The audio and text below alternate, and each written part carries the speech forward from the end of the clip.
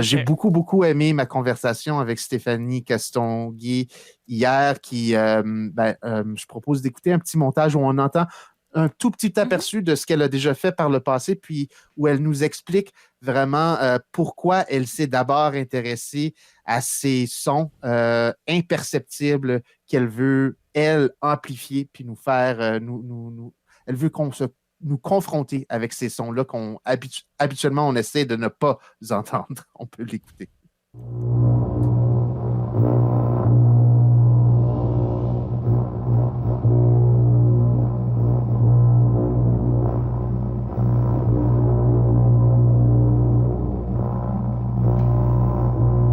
Tu sais, c'était un peu comme un peu l'enfant pauvre de mes premiers projets. J'étais vraiment plus intéressée au côté cinétique, mais je me rendais compte qu'il y avait une présence, tu sais, qui était, t'as beau fermer les yeux, t'avais le son, tu sais, des moteurs, de l'électronique, des objets qui bougent,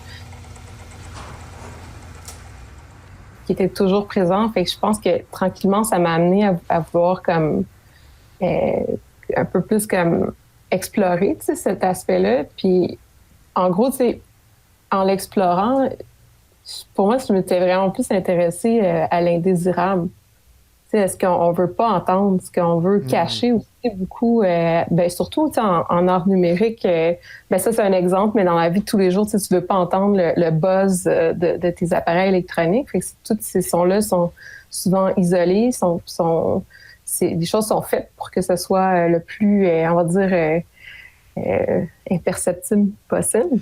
En radio, on parle d'appliquer un filtre passe-haut ou un filtre passe-bas. Donc, tout, vous prenez ce qui passe, ce qui est attrapé par ces filtres-là, puis vous vous amplifiez ce qu'on ne veut pas entendre. Oui, parce que, en gros, tu sais, pour moi, c'est comme si ça faisait partie, tu sais, un peu. Puis c'est vraiment, tu sais, comme, OK, je m'intéresse à ce qui est indésirable, ce qu'on veut pas entendre, ce qu'on veut. Mais finalement, tu sais, de le faire entendre puis lui donner une toute autre présence dans un espace où finalement, tu sais, tu peux trouver quelque chose de très laid puis simplement fermer les yeux puis c'est plus là, tu sais, ou détourner le regard. Mais d'imposer, tu sais, des fois, j'avais comme une fascination d'imposer ça un peu, d'entendre, tu sais, ces sons-là, ces glitches-là, c'est des sons champs électromagnétiques, des bruits qui étaient comme finalement qui étaient plus une correspondance à l'échec finalement au glitch, à l'échec, puis à l'erreur, puis à l'accident.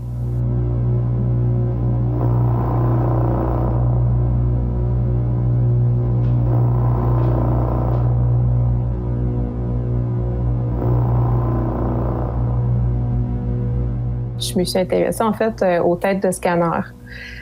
J'avais déjà travaillé, en fait, c'est des têtes de scanner de numériseurs à plat qu'on a à la maison, que j'ai démontées. Ce qu'on utiliserait pour numériser nos photos à la maison ou des documents comme ça. Oui, exactement. C'est vraiment, à partir de là, j'ai fait mes recherches. J'avais vraiment envie de pousser un peu le hacking, puis de pousser l'idée ce qu'on appelle le hardware hacking, en fait. Puis de travailler à partir de en tant que censeur, pour pouvoir capter vraiment qu'est-ce qu'on capte, puis comment que c'est lu, puis qu'est-ce que je peux faire avec. C'est un détournement de circuit, mais toujours en fonction ou avec l'idée avec laquelle je travaille déjà, qui est un peu le côté chaotique de la chose. J'ai pas cherché à créer une interface qui va sur mon ordinateur, puis que là, mon ordinateur a vraiment la capacité, puis toute la puissance de créer des sons, puis de vraiment... En fait, mon travail est vraiment comme...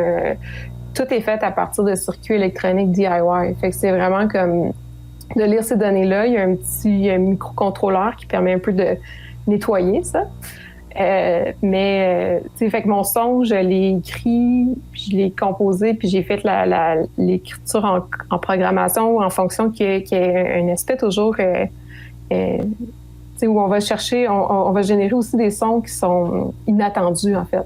Je peux pas écrire une composition puis dire, OK, je mets la main ici, puis là, je bouge ça, ça va toujours faire la même chose, ça fait jamais la même chose.